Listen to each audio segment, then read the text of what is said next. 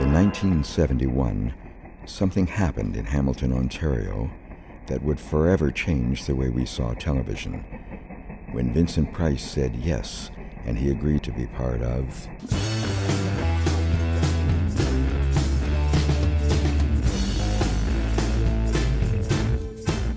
In 1971, a small team of 50-odd people came together in Hamilton, Ontario's CHCH studios to film what would become the longest-running kids' TV show in Canadian broadcast history.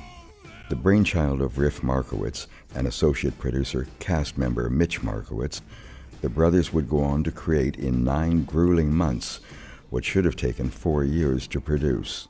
Filmed and edited in an unprecedented manner, the show would go on to become a cult classic with legions of fans spanning the globe.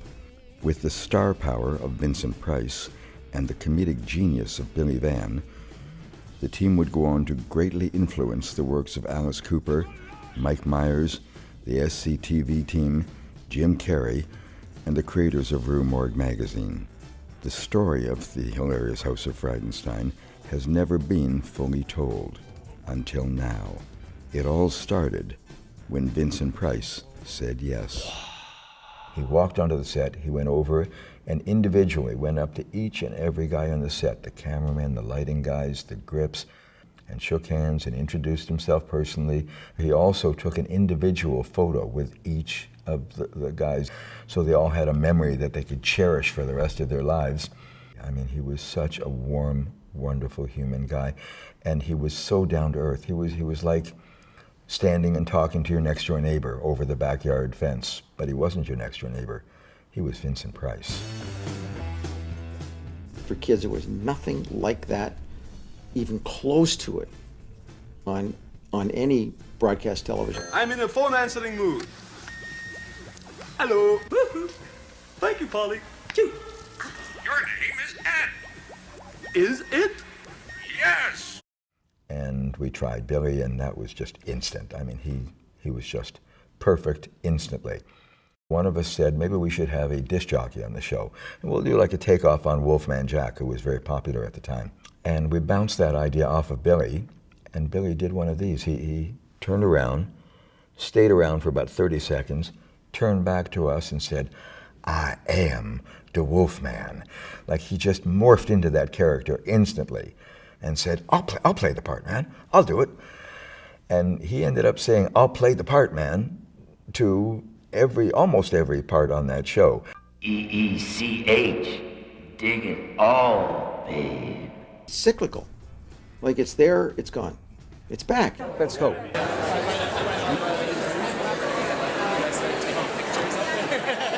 Oh, you bought a DVD set. I actually own the whole box set. Okie dokie. A family of misfits that really didn't fit into anywhere. You know, that was my childhood, being able to watch that. That's Vincent Price, of course. The librarian, Billy Van. The Count, Billy Van. Griselda, Billy Van. The Oracle, Billy Van. Dr. Petvet, Billy Van. The Wolfman, Billy Van. And me, 45 years ago. It was like my gateway show. I sort of felt like, wow, it's like somebody spiked my cereal with something. I mean, it's so psychedelic and weird. We were living at the time in a large mansion in Etobicoke. We made arrangements for Fishka and Alan to come out to the house every afternoon, and I was going to run through their lines with them. Kingfish, that's his nickname, Fishka's nickname, drove a Volkswagen Beetle. He lived downtown in Toronto, and Alan Hoffman, Guy Big, also lived in downtown Toronto. They agreed to meet each other downtown and ride out together. So when they both got out of the car, as you say, Fishka peeled himself out from behind the driver's side, and Alan had to jump down to the driveway out of the car, like his legs couldn't reach that far. I didn't already mention that Alan was 31 inches tall. Perfect for our purposes. It's back again. When next we meet in Frankenstone, don't come alone. The hilarious House of Frightenstein has been syndicated across Canada, the US, and abroad since 1971.